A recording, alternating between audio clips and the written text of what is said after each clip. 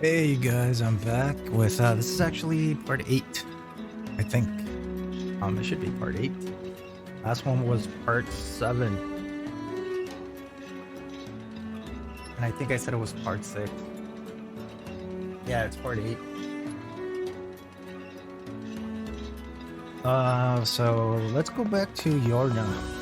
Let's go back to Yana, my sister. And she's just waiting there for me with her nightgown. And I mean, don't you get, I guess she's never hot, but I bet she gets really cold.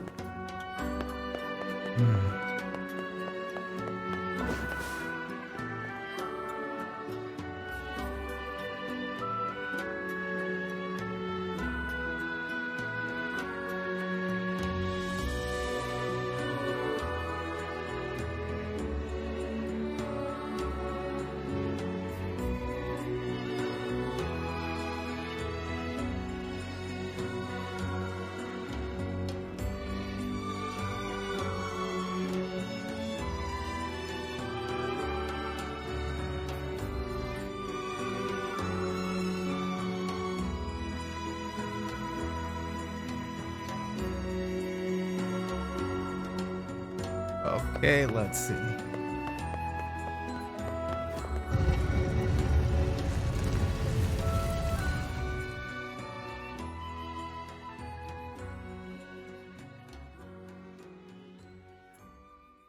Okay, let's move forward.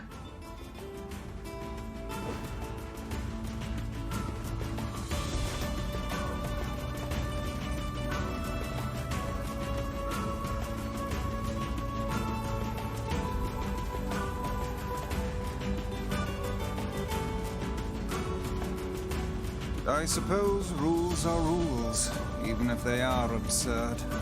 I don't think they're absurd. Oh? Those rules are important to the masked people. You don't say. I do. And I think it's important we respect that.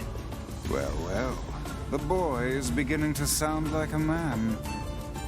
Boy, I'm not a kid, you know. Hey, less talking, more walking. Well, I'm running. Where the hell are you at?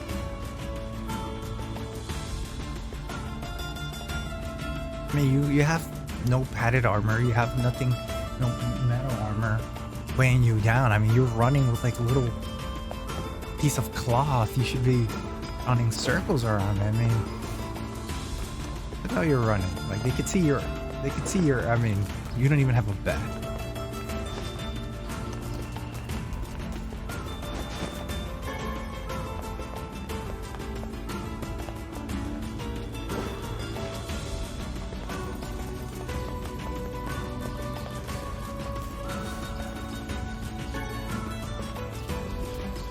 Okay, let's see.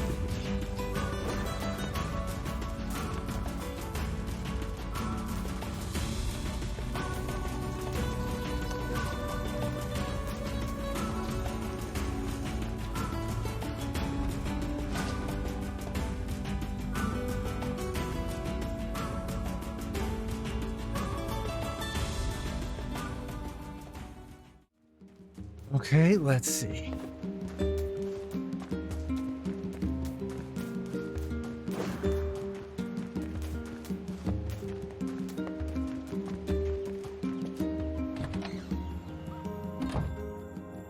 Okay, so let's go talk to my little sis.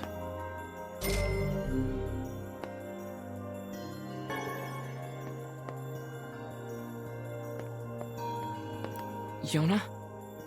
Oh, hey. How are you feeling?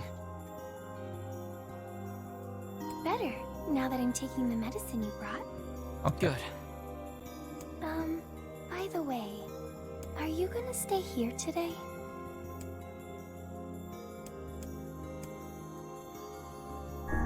You bet. Really? You'll stay with me? Yeah, I feel like I always leave her. Yeah, Yona. I'll stay. Yay! Now get back to bed. Okay.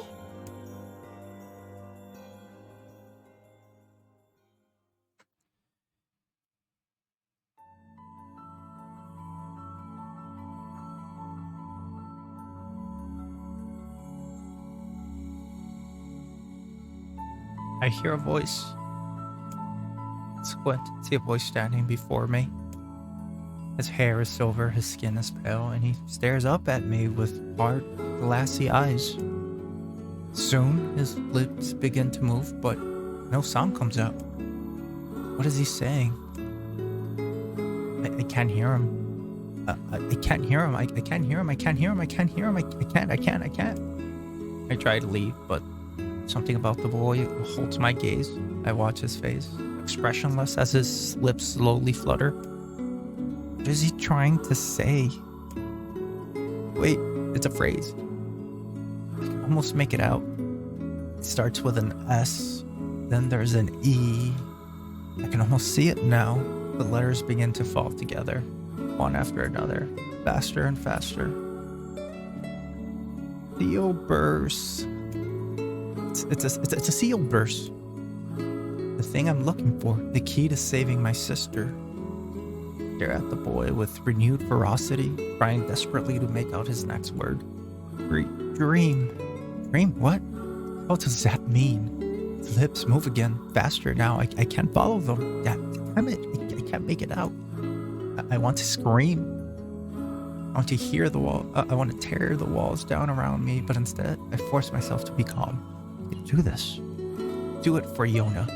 Slowly, ever so slowly, I parse out the letters that make up his final words. Forrest Smith.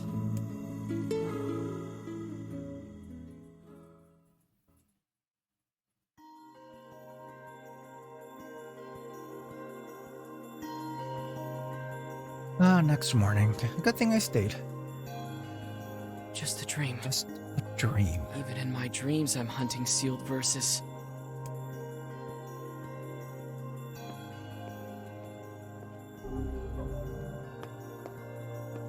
Morning. Morning, Yona. What's wrong? Are you feeling sick too? No, I had a strange dream. What was it about? It's nothing. Don't worry about it. 'Cause I had a dream too. Oh yeah? Yeah. Me and this boy were playing a game together. What kind of game? It was called Guess the Words. I think he made it up because I never heard of it before. How did it work? The boy would move his mouth, but no words would come out. Then I had to guess what he was trying to say. It was hard. I wanted to play hide and seek, but we had to play his dumb game instead. So what did he say? I don't know. All I could figure out was dream and forest of myth. But don't worry, I'm gonna study hard so that So she had the next same time I can dream. figure out Okay. everything. We should play a game together sometime too. Sure, Yona. I'm ready to make that stew anytime. I need wheat or whatever.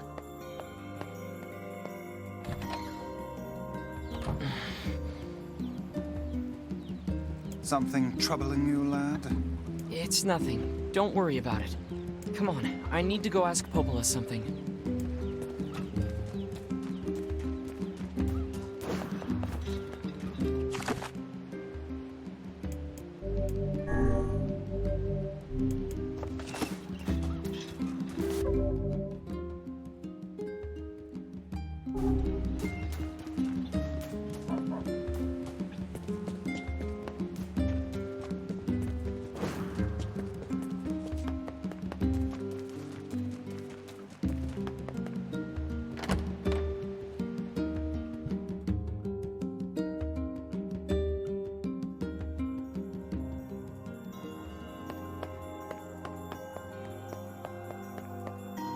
Yeah, this problem. This game has its issues, and that's what I was talking with my friend. That the leveling system is a little bit skewed.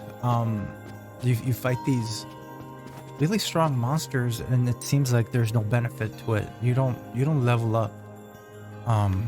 So at that point, you're like, what's the point? Which is kind of like what you saw like last episode or two episodes ago, where I fought a mini boss and nothing. What's... Oh, hi. I just got a strange letter in the mail. Dear Papaya, Dear Papala, hope this letter finds you well. I am writing in hopes of bringing your attention a certain dream issue of concern regarding recent events in Dream the Village. That doesn't make any sense. I'm writing in hopes of bringing to your attention a certain dream issue of concern regarding recent events in Dream the Village. That sounds horribly written. I was hoping I might be dream able to get your advice dream on the matter. Recently have been dream reports dream of a certain dream evil dream empty dream course dream evil dream words dream someone dream. That is certainly one bizarre piece of writing. Yes, it is. Who's it from? You wrote it. You sent it to me. The mayor of a small village in the Forest of Myth. It's a wooded area up north. They're usually a bright and cheerful. I have a bad feeling about this. I'll check it out. You will? Don't worry about it. Oh.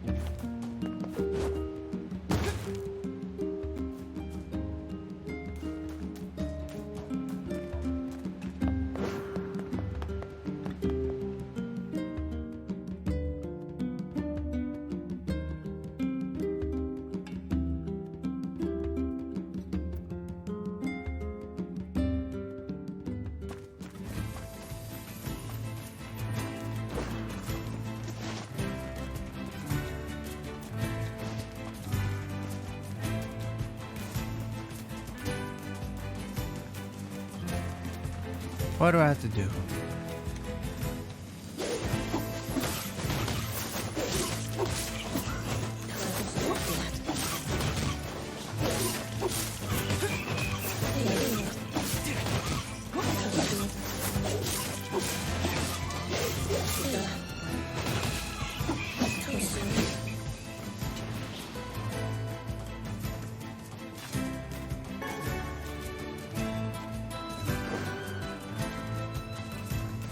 I don't know what I have to do.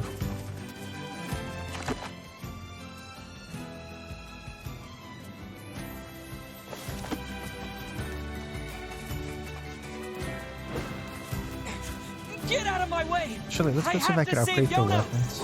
Calm down. You cannot prevail if you are blinded with rage.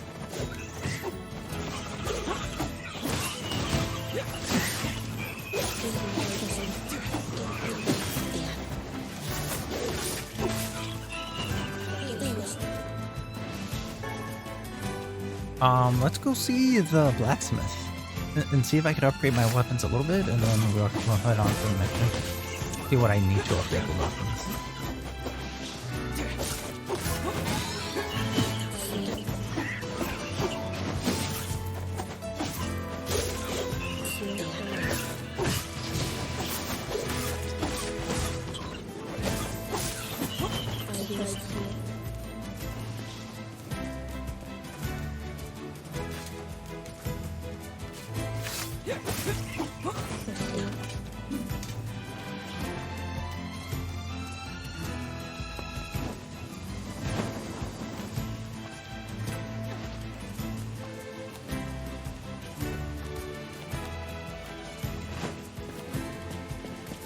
And there'll be another stair up here. Oh.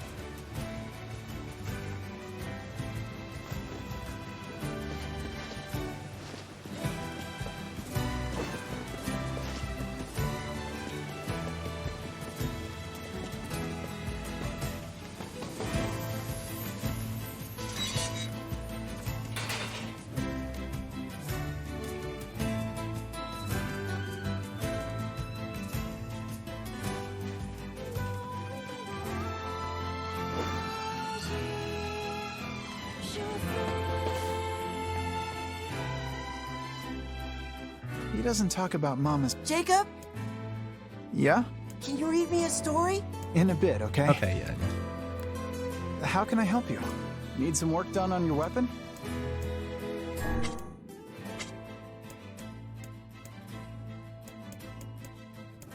I don't want to forge.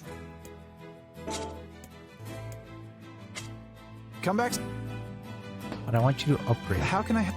Need some work done on your weapon?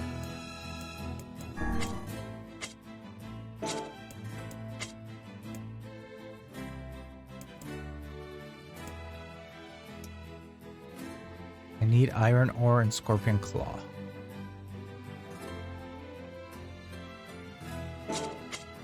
Come back.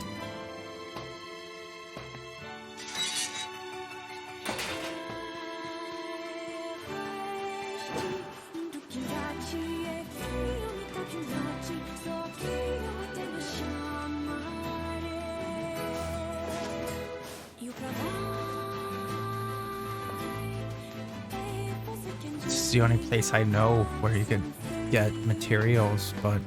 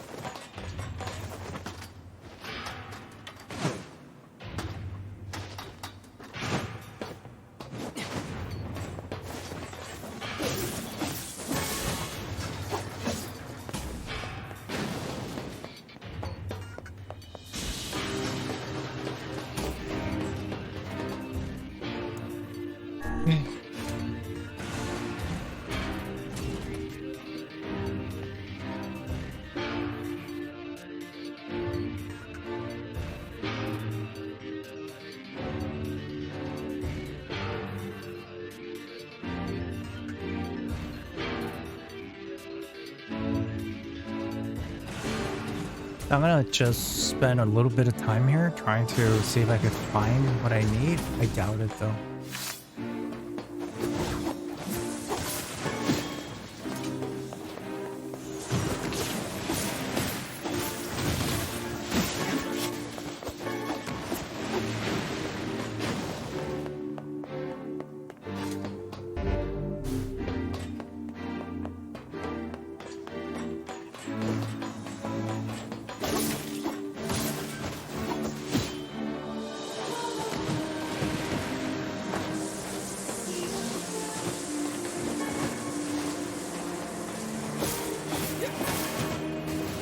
I don't think I'm gonna find what I need here.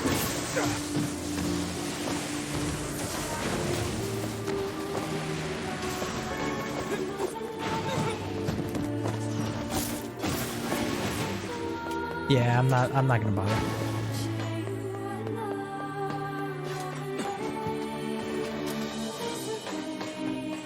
The only ones that could give me the ore are the ones that shoot me.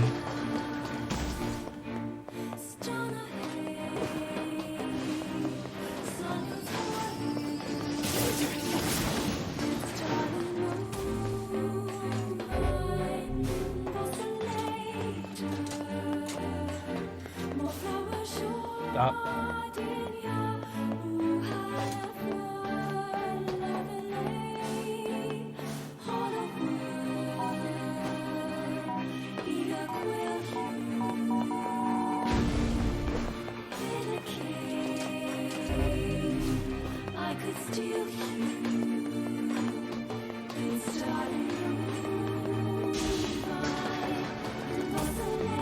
I don't have time, to be honest. You know what? Fuck it, I'm just gonna continue with the story.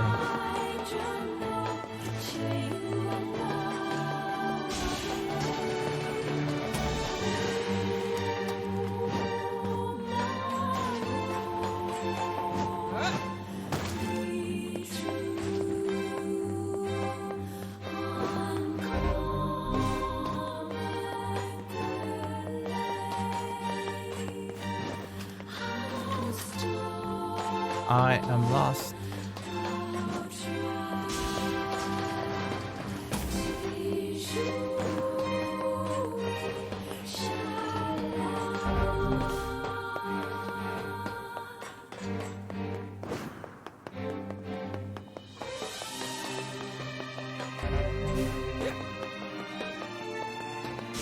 Okay, it's this way back home.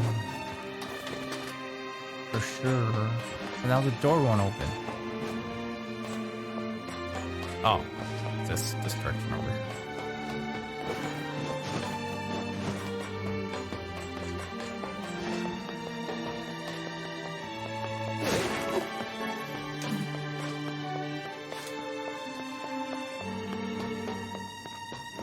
Elevator back up.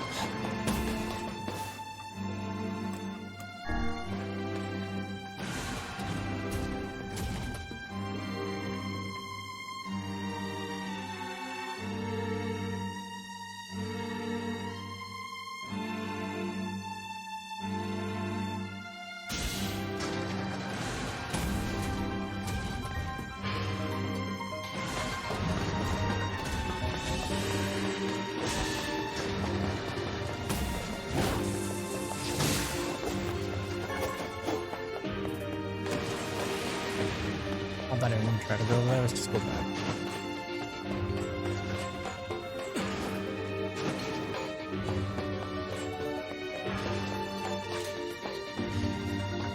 Maybe I can find metal ore in different places.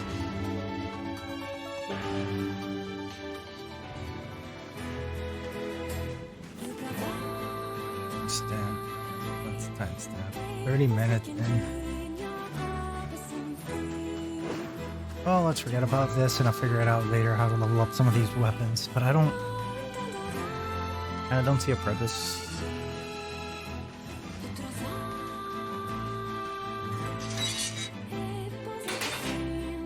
If it means that I have to grind to level up.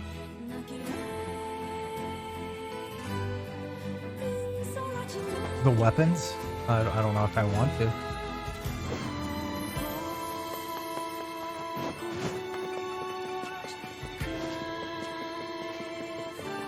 I don't know if I would want to spend all that time leveling up. Woo! Can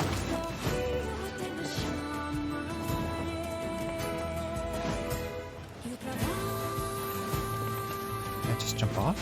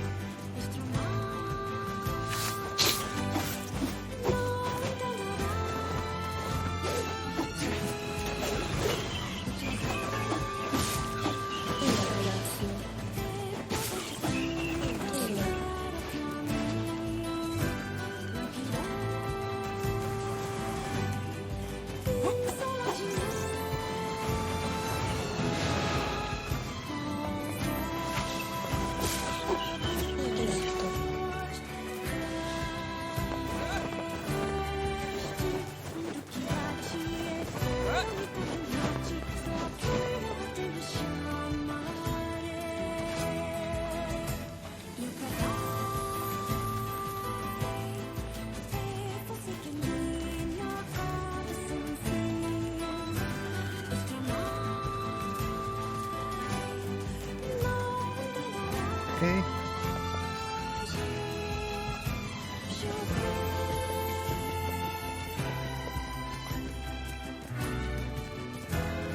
We go this direction, right?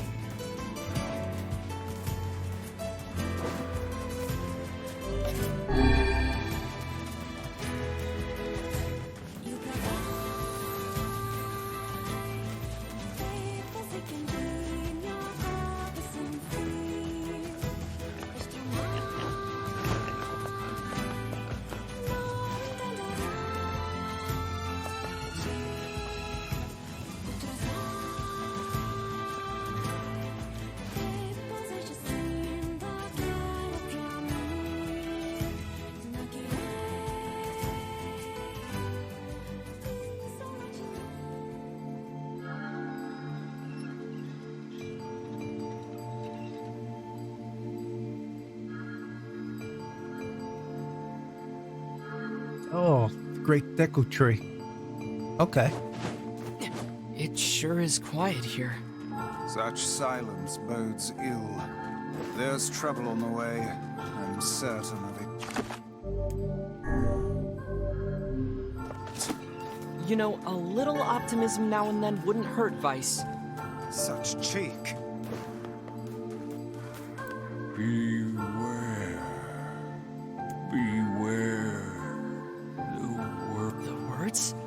Contagious. Those who... Hold a moment. There is a strange new sensation in my mind. It is not quizzical. What's going on? The villager's body shuddered as he slowly opened his Perhaps eyes. we should start by asking this man. Who are you? We heard something happened to this village, so we came to see if we could help. The mayor stared at the last hero and advised, If you can speak to me. I must have caught you in my dream. In your dream?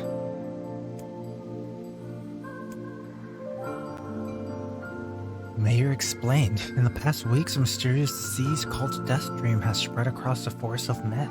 Those who caught it were cursed to fall asleep and live forever within the world of their own dreams.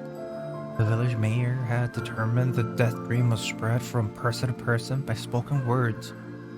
But before he could learn more, the disease took him as well. Face stared at the mayor, his mouth twitching slightly. Now see here. Are you saying that we have been absorbed into your dream? Well, yes. I think you have. In other words, we've caught the Death Dream? Ridiculous. Preposterous. Completely unfathomable on every conceivable level. I don't even recall falling asleep. That's just how the Death Dream works. Though, the mayor was clearly trying to brush aside the book's remarks My because he's an remarks asshole. are not to be brushed aside, fool.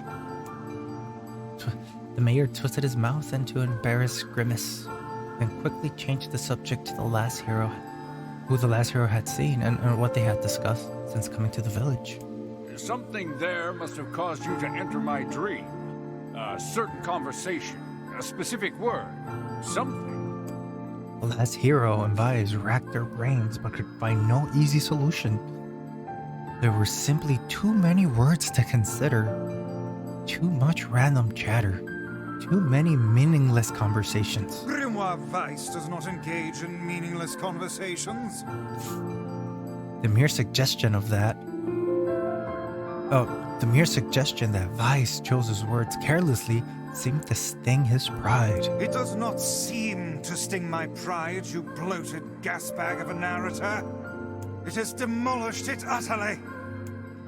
Irritated, Weiss looked skyward, as if searching for answers in the heavens. I was doing no such thing.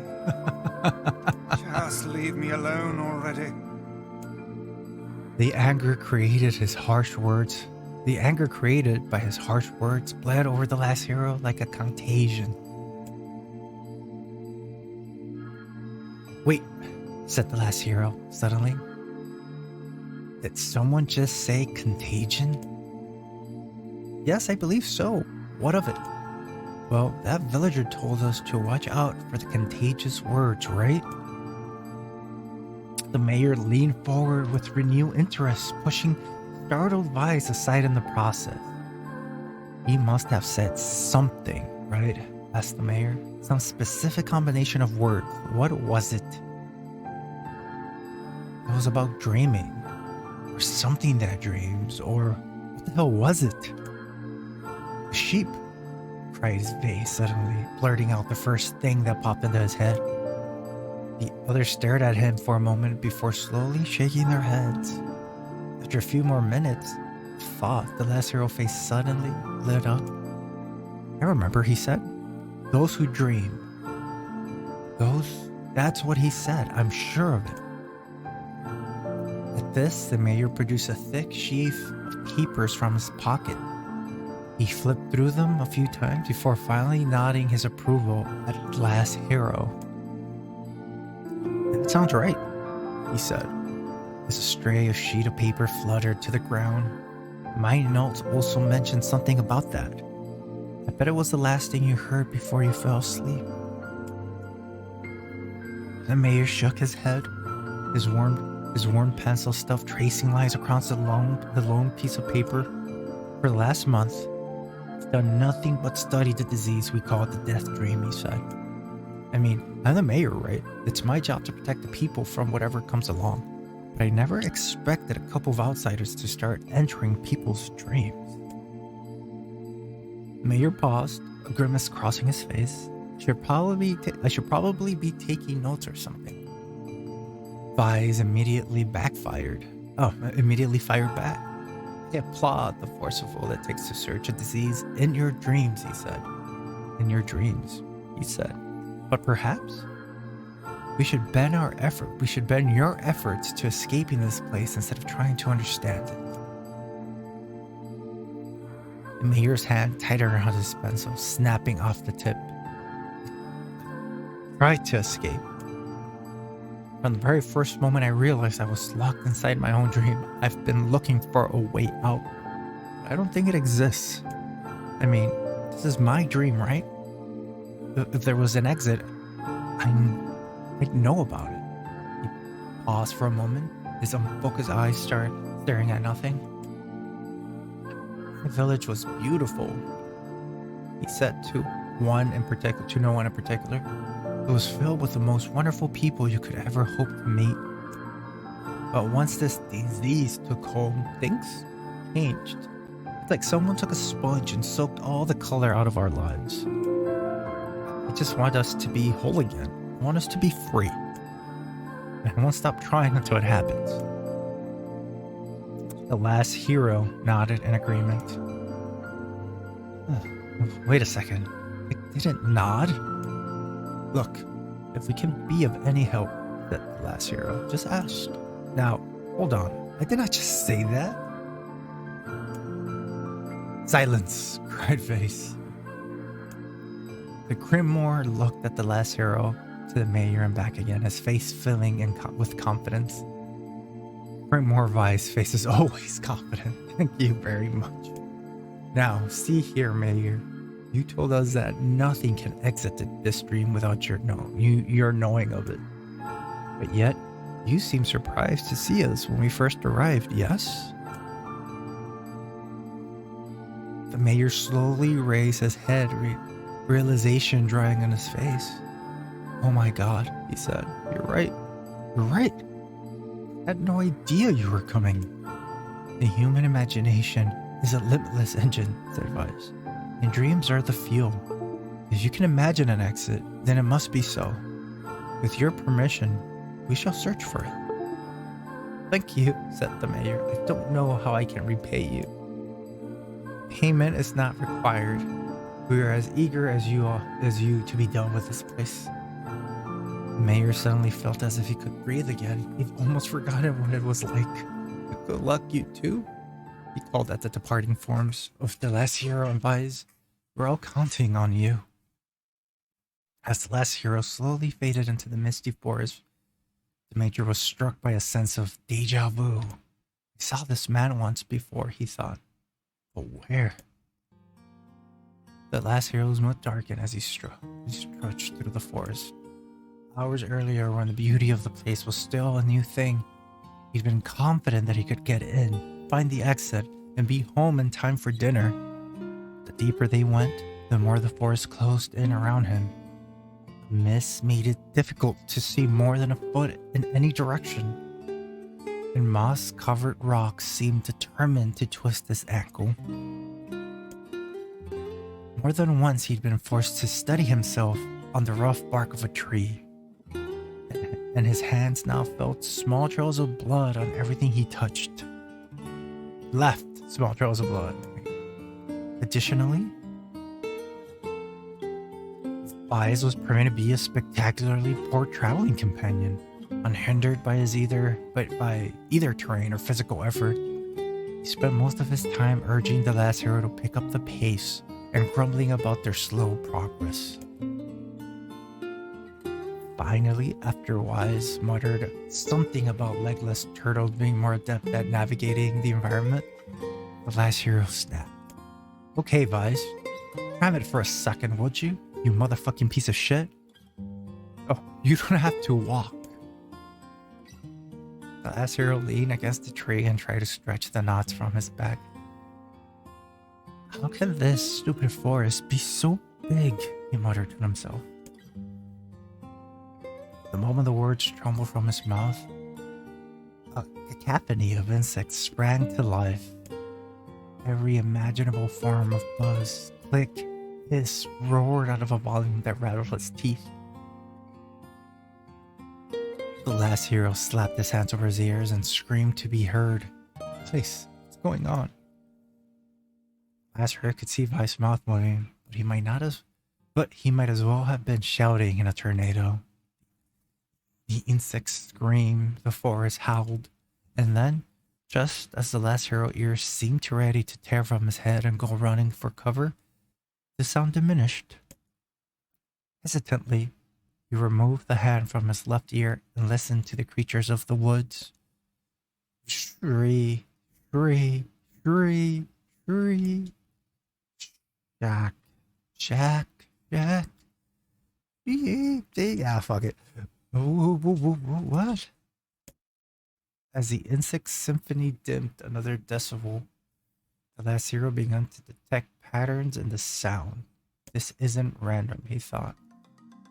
It's just not a white noise, it's something else. The insects weren't calling out, they were asking a question. One with it is lacking. 2 with it is ideal. 3 with it is dangerous. What is it? By my pages, it's a riddle. I guess so. I mean, it feels sort of forced, but maybe it's just the key to getting out of this place. Then I'll leave it to your answer. 1 with it is lacking. 2 with it is ideal. 3 with it is dangerous. What is it? How should I know? You need 2 people.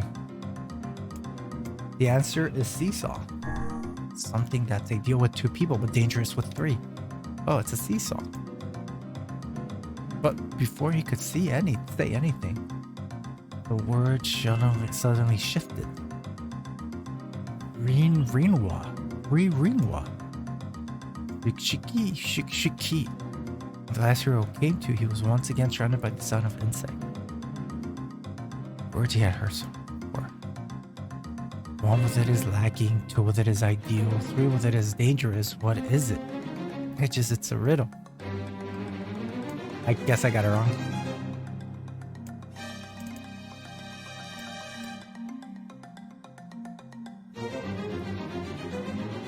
Oh, I guess it could be that. Maybe. Maybe a secret? Gave him the answer that made sense. A secret? Right?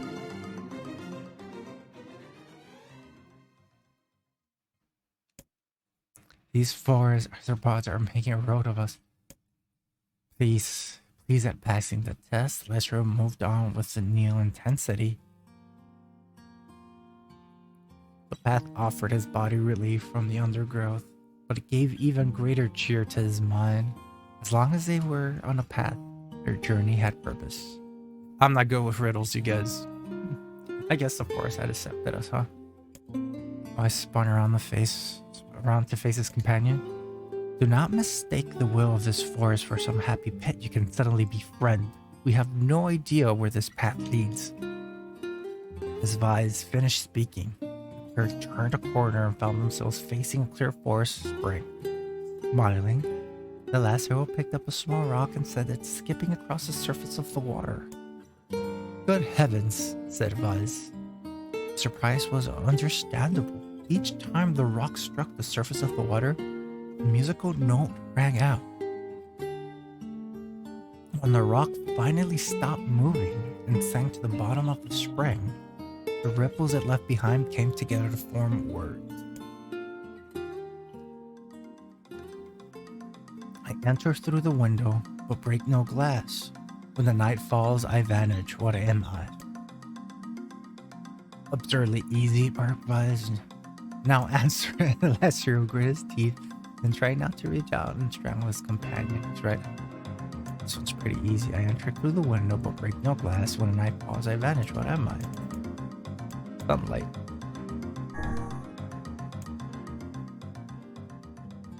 plume of water suddenly burst from the springs. Sunlight filtered through the trees and reflected off the plume, creating a shimmering rainbow that spanned the entire horizon. In all my years, said Vi softly, I have never seen such a sight. Perhaps I have misunderstood the intentions of this place. Hey, look, cried the last hero, awakening Vi's from his daze.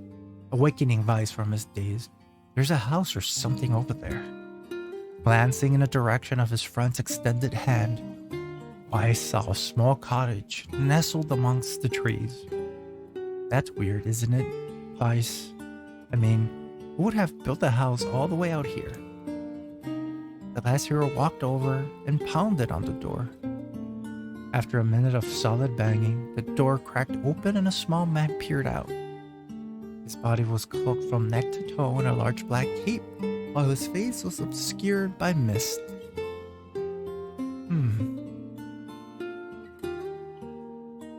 Began the last hero, but before he could get any further, the cloaked man held a hand up and began speaking.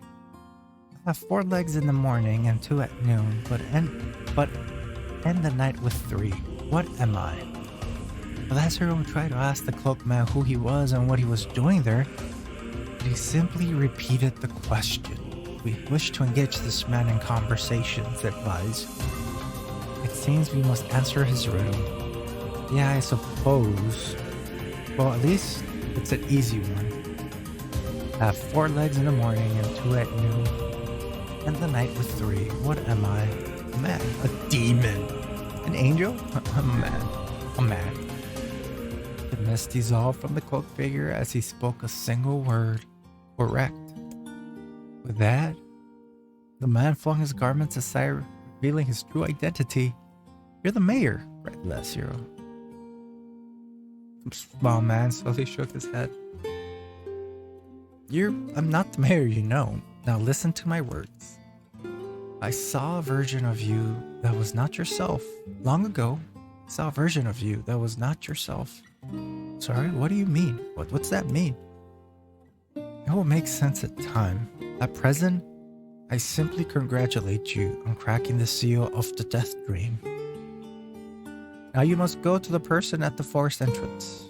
With that, the man turned on his heel and slammed the door behind him. As the last hero watched, mist zipped up from the ground and enveloped the cottage, erasing it from existence. When the last hero and Vise returned to the forest entrance, they found the mayor leaning against a tree. As soon as he caught sight of the duel, he sprang to his feet and scrambled over to them. Good gravy, he cried. You made it. You actually made it back. His left hand grasped the last hero and pumped it so fiercely it threatened to dislodge from the socket, while his right seized Vise by the cover and swung him through the air. By the heavens, stop asking me. Stop shaking me, fool. We have not even told you if we were successful or not. Mayor smiled broadly and shook his head. I'm just happy you're alive. Didn't think I'd ever see you again. The last hero withdrew himself from the mayor's eager handshake with a slight of smile. We broke the death dream seal, he said. At least I think we did.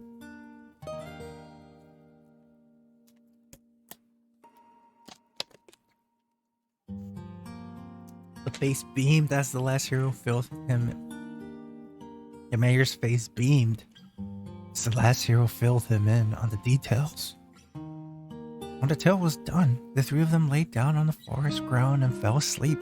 The last hero cocked his head. Okay, hang on a second, this is crazy. Why would we just lay down and go to sleep? Seize your endless prattle and go to sleep, bull. Against the rules of this place's futility itself. The last hero of the mayor obediently reclined atop a grassy earth. Have you forgotten, continued Vise? It is words that control the death dream, words that allow us to move from place to place. No matter how unnatural they seem, the words are absolute. Therefore, if the word tells us to sleep, then sleep we shall. And once we do, the story will continue. With that, the trio found their eyes growing heavy. their breath flowing. This is the first time, the first time I have felt tired since I was in prison here.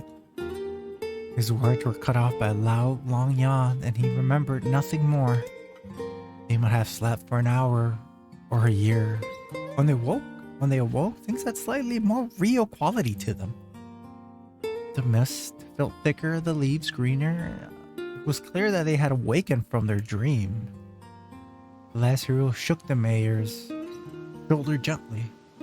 "Good news," he said. "I think we made it." "Oh wow," said the mayor in an odd voice. "We did? I'm back?"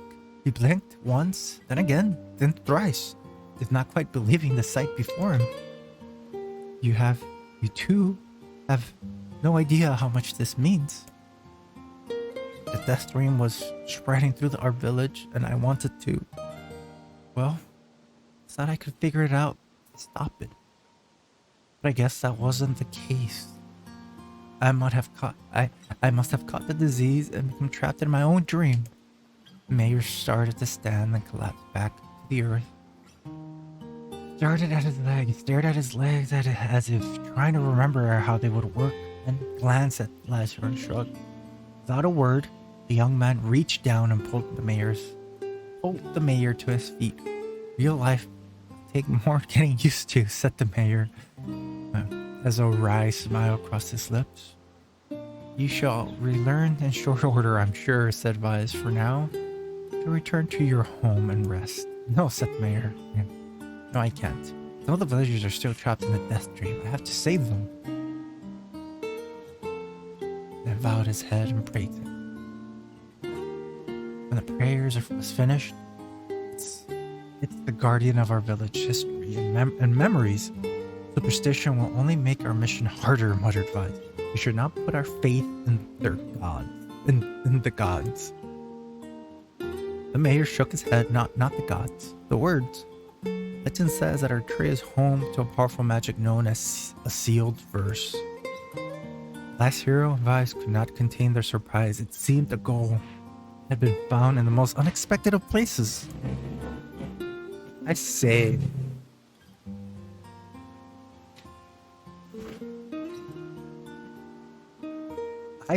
muttered Vice. This is certainly a stroke of luck. As the three of them said to their god, as the three of them said their goodbyes, the last hero mentioned the strange man who had given them the third riddle and the mysterious words he had left with him.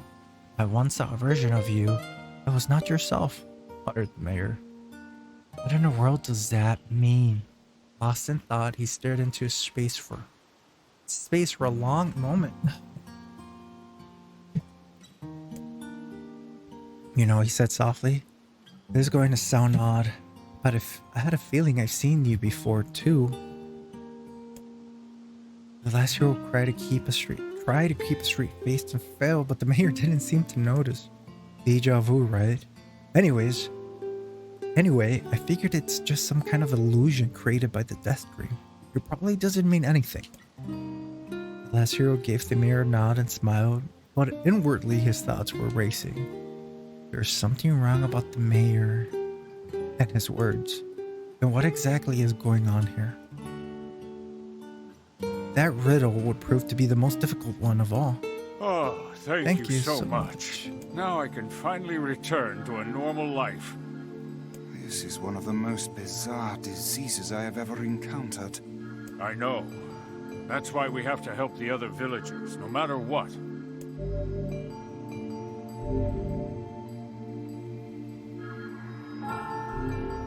I actually want to use that one.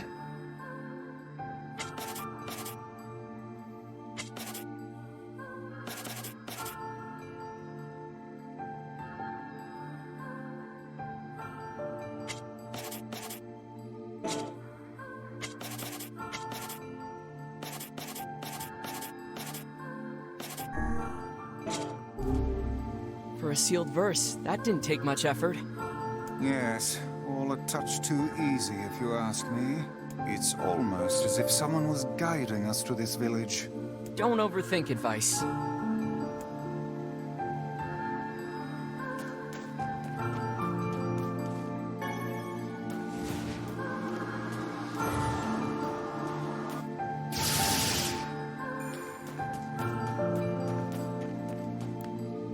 this person must be dreaming too.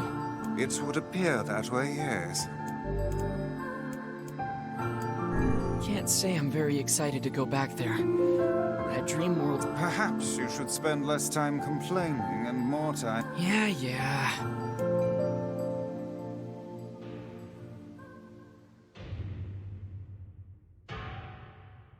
I breathe air scented with dreams and resist the urge to laugh.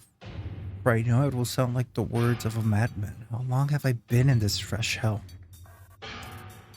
My box, my prison, it's tucked beneath the stairway in the long, unused catacombs of some infinite castle. Outside, I hear the sounds of a funeral dirge that plays without end. Light has no place here. Wind is a forgotten friend. I pray for death to come, but he forsakes me. Time passes, but eternity slips by in a single tick of the clock. Someone knocks at on my prison. Anyone there? I hear an unfamiliar voice there. My savior. I crawl at the door of my jail. Embedding things splinters under my ragged nails. I scream for help. I laugh. I sob. Surely this is a product of my adult mind. Surely it cannot be true. Help me. I cry. For the love of all gods, help me. Impossibly, I hear the sound of a lock being torn out and falling to the floor. As the door slowly creaks open, I just have enough time to see a silver-haired boy in a floating book before the light pours inside. My eyes, accustomed to the blackness, explode with pain. I'm forced to turn away. Who are you? I ask, shaking hands covering my face. How have you come to this forsaken place? I am Grimoire Weiss. This is the last hero. Long have we been searching for you. Now come, stand. We shall awaken from this nightmare together. One known as the last hero extends his hand and pulls me from the cell. Though my eyes are slow to adjust to free them, my ears are keen as ever. They recognize the staccato sound of the heavy rain. Never thought to hear that again, I whisper. Well, that this were not such a terrible storm, said Grimoire Weiss. Look at your feet. I force my eyes to open and see water pulling around my ankles and lapping at my shins. There is so much of it. Yes, and more comes each moment we delay. If we do not make good of our escape, we shall all drown in this castle. We know you are weak, but you are only hope to survive this place. I'm a long-forgotten friend. A long-forgotten friend made itself known again. I nodded my head and swore to save my rescuers no matter the cost. Castle catacombs are a maze, twisting upon themselves like endless entrails of a giant.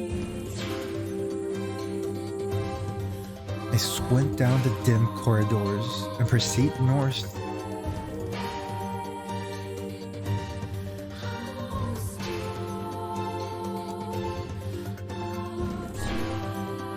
At the end of the corridor, I find a row of 20 gorgeous canopied beds resting atop a carpet of velvet. All are covered in a thick layer of dust and cobwebs. Searching for the door to the next room, I'd come upon a shapeless mass of gray matter. It has been shoved against the side of the wall, and despite my fever, I think I see the outlines of a door just beyond. When I reach out a finger and touch a piece of the mass, it turns to dust and drifts away on the wind. Realization slowly dawns. I fall to my knees and weep. Corpses. Face a mountain of charred and crumbling corpses. I look from it to the bed and back again until the horror dawns full upon me. Someone has piled these bodies into a tower and set them ablaze. Whether they were alive or dead, I do not know. Insanity would not permit me to consider the proposition further. I make a sound. Whether scream or laughter, I cannot be certain. Then my mind grants me merciful blackness, and I find myself opening the door and leaving the most terrible of rooms. I squint down the dim corridors and proceed south. East. Proceed west. South. Proceed north.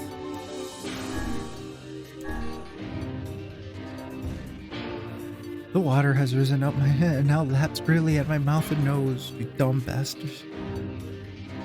Say more, but the rest of his insults is...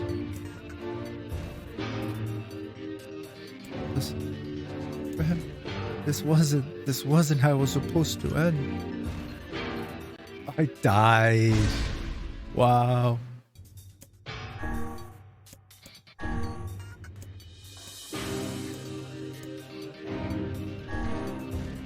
At the end of the path, the water rises to my waist, exhausting me both physically and spiritually. I pray that this is the way out. Eventually I can stand the sight of the waters no longer, and so turn my eyes upward. Imagine my surprise when I see a series of paintings hanging on the faded plaster wall. Each depicts a person in the prime of life, clad in clothing of the highest quality. The styles, however, are strange to me, leading me to believe that these people had lived long ago. One subject wears an outfit that particularly catches my eye. It is constructed of a thin, breezy cloth, decorated with a motif of flowers and birds. While encircling the figure's waist is a leather belt of the most perfect construction. It is a stunning costume even by modern standards. As I gaze at the portrait, I'm struck by desire to touch it with my own hands. Yet, as I extend a single finger to the painting and gripped by a most unpleasant feeling, staring closely at the image, I see it bend and warp into a shape with another finger. Something behind the picture is pointing at me. It's another prisoner, a fellow inmate trapped for eternity in this place. I cannot let it pass, and so I seize the portrait with both hands and throw it into the water. The wall is hollow behind the painting, and inside I can just make out a body. Whether or not this is a prisoner, there will be no rescue. The poor soul is long dead. Scraps of clothing lie on the floor around the bones. Only a small amount of fabric has survived, but it features the same delicate design that were depicted on the portrait. I've been admiring a row of corpses, blocked from view by portraits of each victim of their pinnacle. Enough shielding my eyes, I pedal forward through the water. I squint down to dim corridors and proceed south.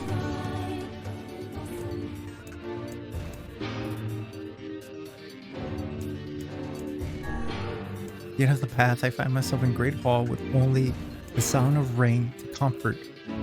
The waterlogged red carpet squishes beneath the feet as I approach the center of the room.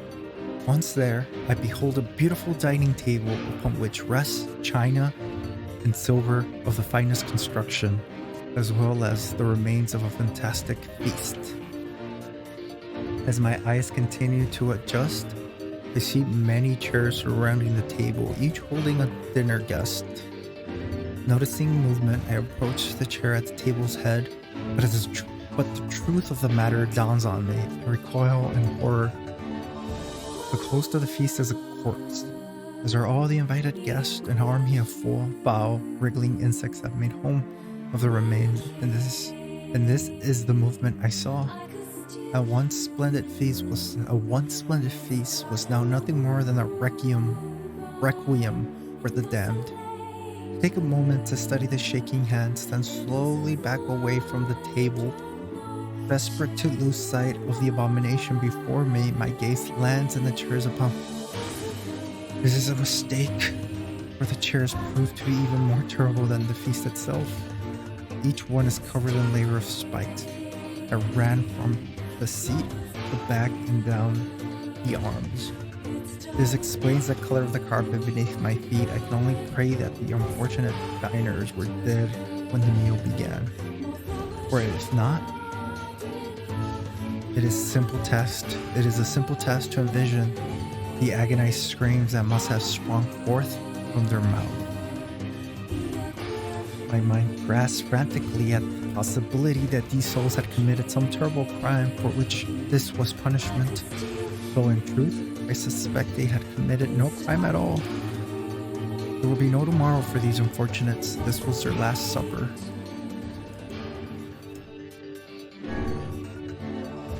Against all hope, we make it to the front door.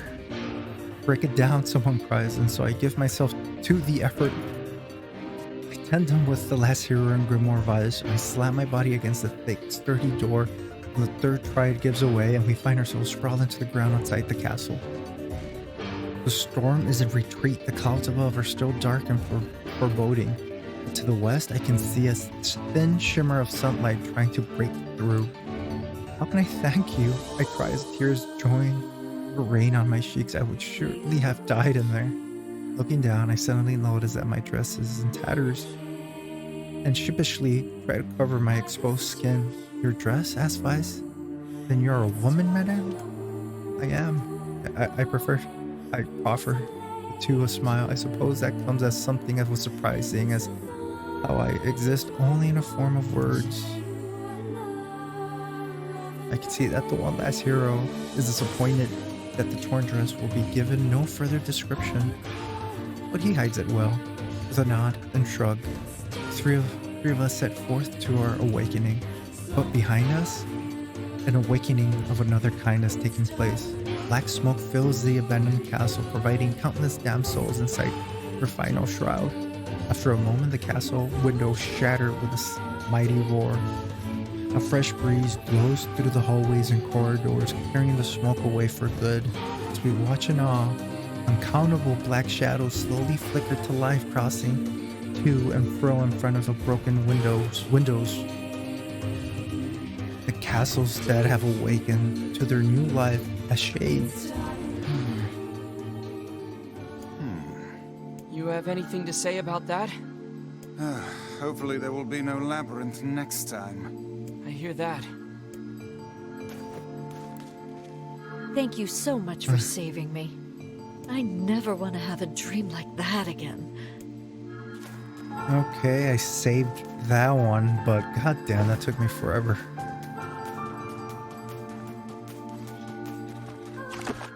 This is most likely going to be edited out, but it took me a lot of tries, a few tries. I'm not looking at a guide on how to do it or anything, so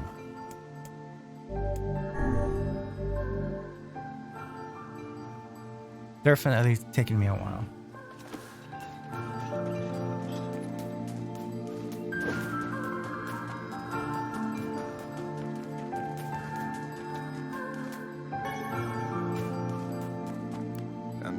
Victim. His work settled.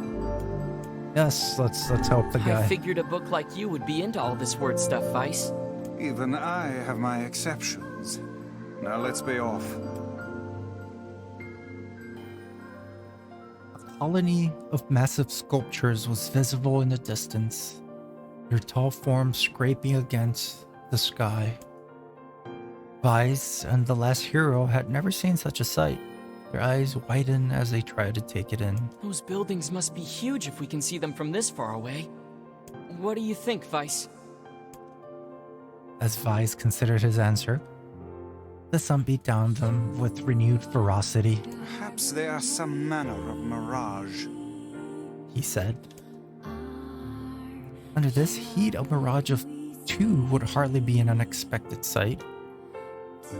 The last hero nodded and wiped the sweat off his brow, leaving a trail of sand in its place.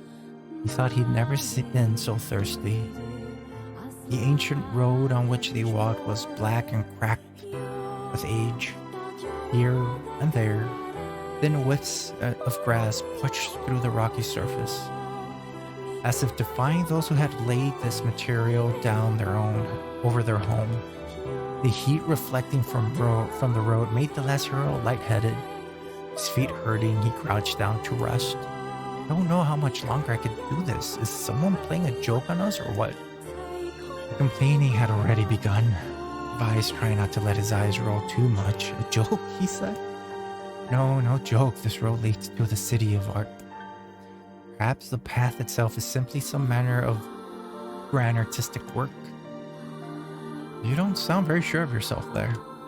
Perhaps not, but thinking of it in this way might make it easier for you to bear.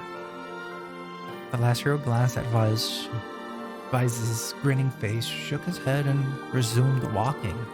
As time passed, the last hero's feet grew more painful, and his throat drier than he thought possible.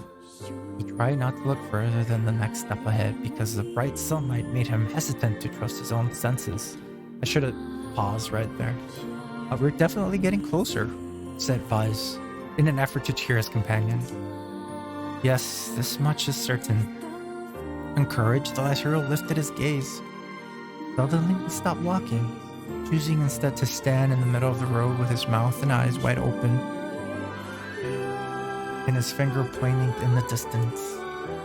Water, he cried. It's water.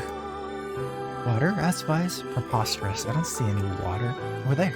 Ahead of us. Look. The sun is reflecting off of it. Without waiting for a response, the last hero sprang to life and bounded toward the light sight. What in the... There's no water. There's nothing but sand in every direction. The last hero closed his eyes and sighed as Vice floated up behind him and chuckled softly. I believe this is known as a mirage, he said. Many a desert traveler has spoken of such a thing. The last hero shook his head, bewildered. Suddenly he pointed off the distance, his eyes wide once more. Wait, there it is. I just missed it. Look at it. It's right there. The last hero sprinted off again, leaving Vice with no choice but to follow. After a few minutes of running, the last hero came to a halt. I could have sworn I was right around here. Confused, he put his hand up. His eyes and rubbed them vigorously. As soon as he stopped, he noticed a blue, shimmering pool of clear water just over the next rise. With a shout, he bounded up in search of it. The chase continued for nearly an hour until an exasperated Vice finally floated up to the last hero and struck them in the face with his cover. Enough, you flattering idiot. Stop this at once.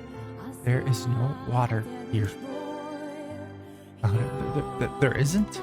There is not, and perhaps next time you will listen to me when I tell you as such.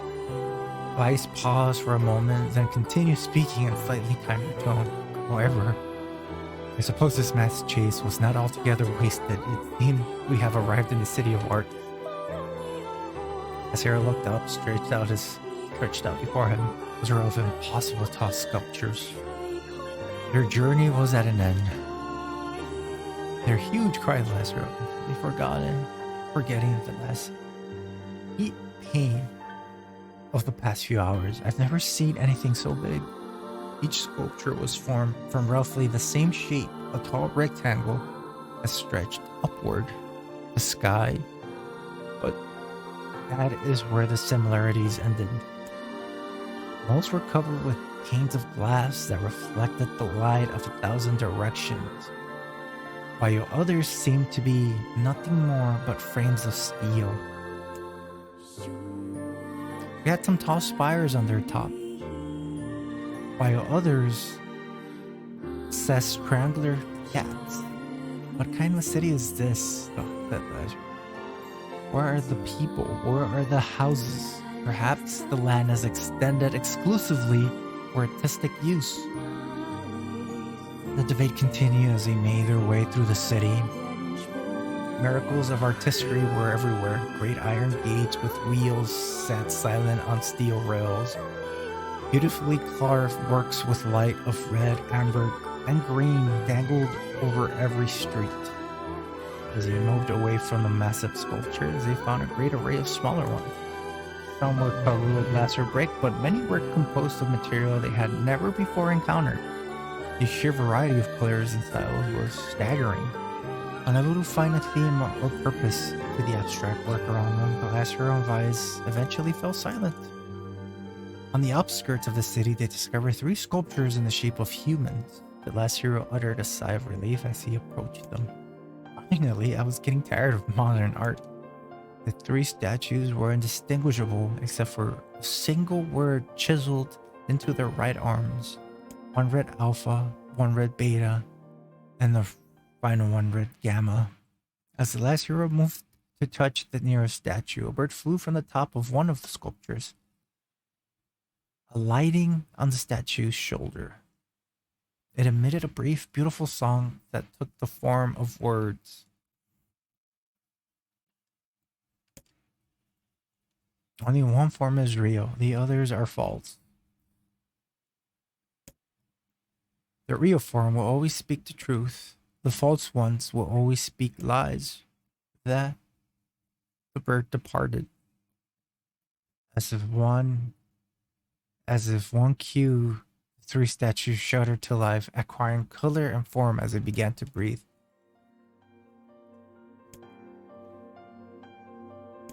Please, said Alpha. You have to get me out of this nightmare. I'm real. Stop lying, said Beta.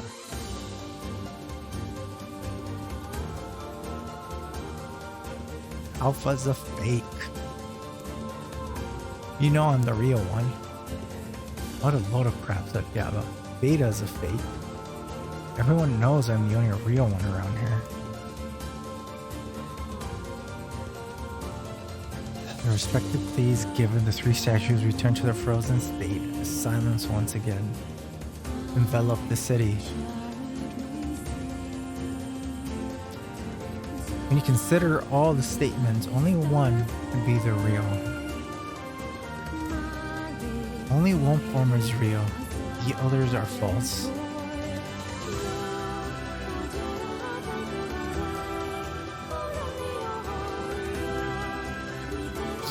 Only one form is real, the others are false. The real form will always speak the truth, the false ones will always speak lies.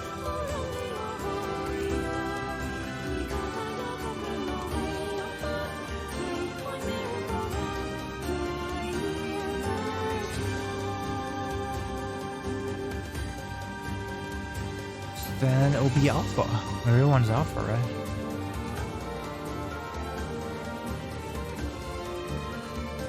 Only one form is real, the others are false. The real form will always speak the truth. The false ones will only speak lies.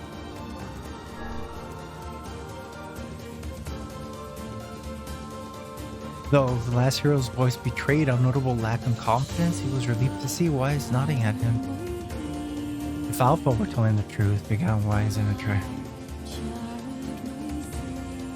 Keith. If Alpha were telling the truth, began Vice in the dry tone of Lecturer, Beta and Gamma would be fakes. But in that case, Gamma's claim that Beta is a fake would be the truth, even though Gamma is a liar. Therefore, the theory crumbles. Oh really? I didn't think about it that way. If Alpha were telling the truth, Beta and Gamma would be fakes. But in that case, Gamma's claim that Beta is a fake will be the truth.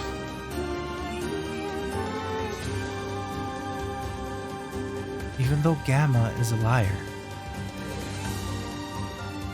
Therefore, I actually don't get it. If Alpha was telling the truth, Beta and Gamma would be fakes.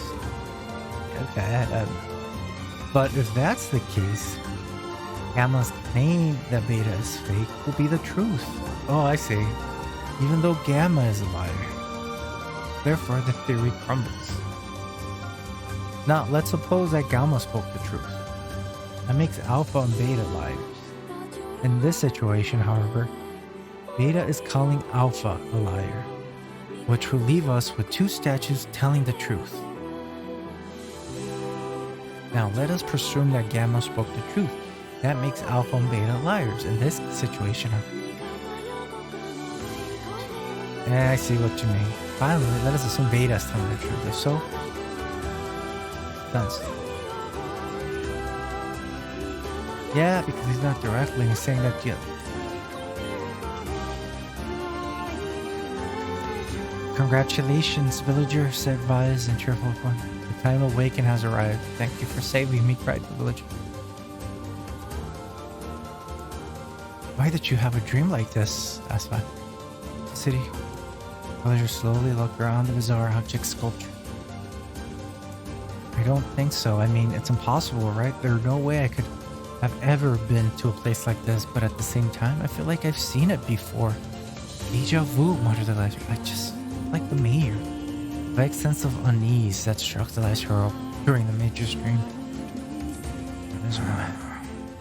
That was rough. Yeah. I am positive I have seen that place before. Okay, that's enough. Don't need you getting all weird on me too. Okay, there. Now all the villagers can wake up, right? Yes, if the mayor's assumption was correct. You're telling me.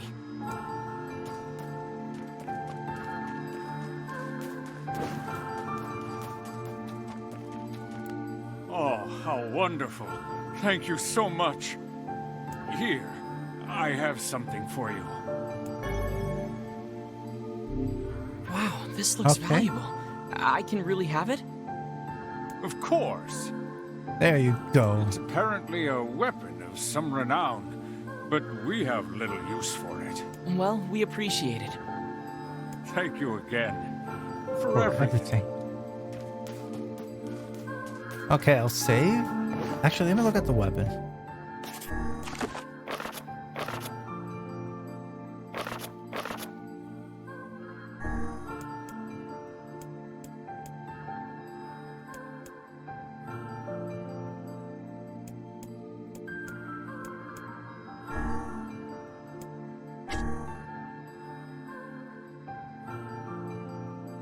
Broken antennas.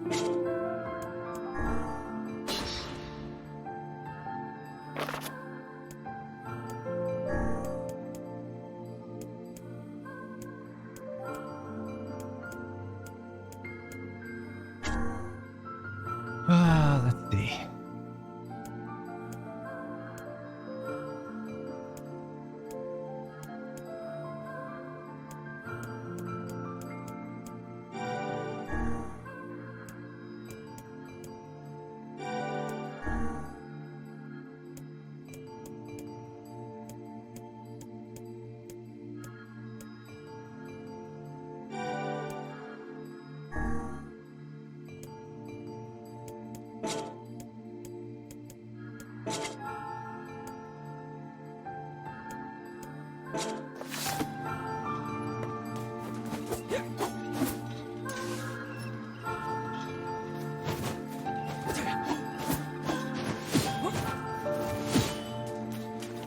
Okay, am I using the correct sword?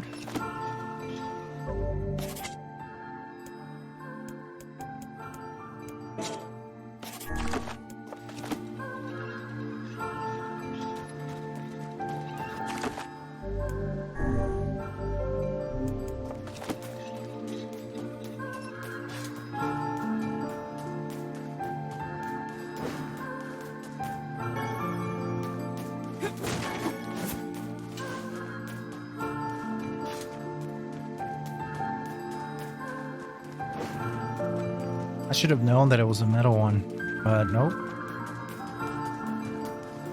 I did not.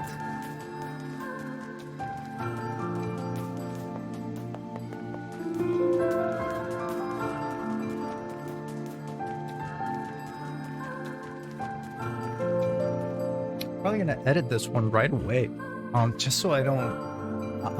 So what I'm gonna do, and this is probably gonna notice So it. how's the village? Oh, it was truly magnificent. There are no words. Neat. Let's get back to Popola. So She'll probably want to know what's going on in there. So I failed the second getting the story where you're hoping the woman escape from the castle. I failed that one a bunch of times because it's actually a maze. So I by this time it's already been edited. And to only have the portions where I actually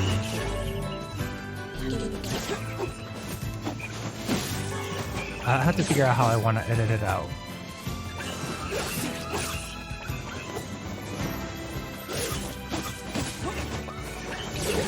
so I don't have to.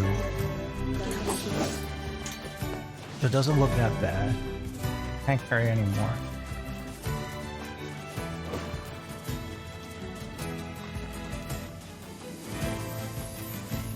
But by this time, by now, it's already been edited, and I'm being really honest with you guys.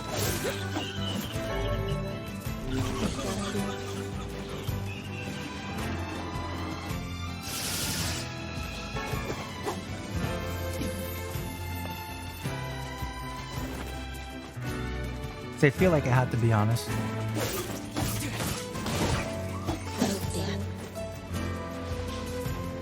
It took longer because I died a bunch of times on the second story. So, and I failed. I failed all the stories more or less, to be honest. So they're all gonna be edited. Like I said, I'm probably gonna edit this one right now. Have it ready.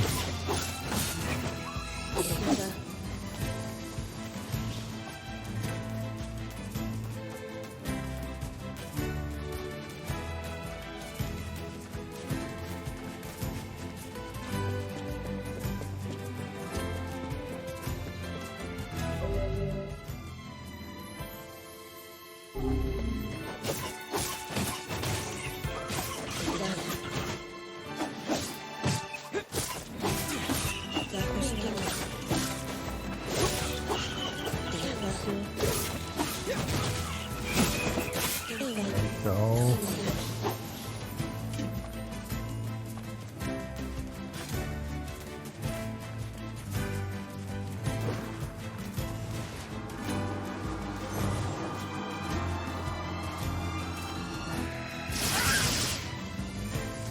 I only killed one?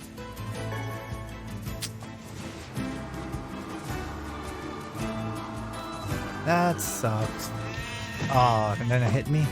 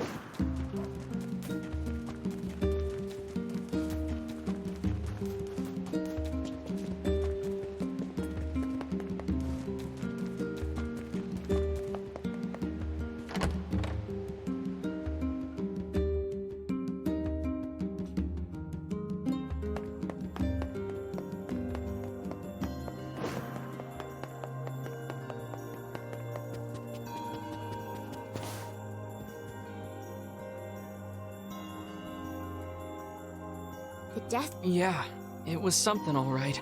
Even I, with my natural love for words, have no desire to visit that place ever again. Definitely not.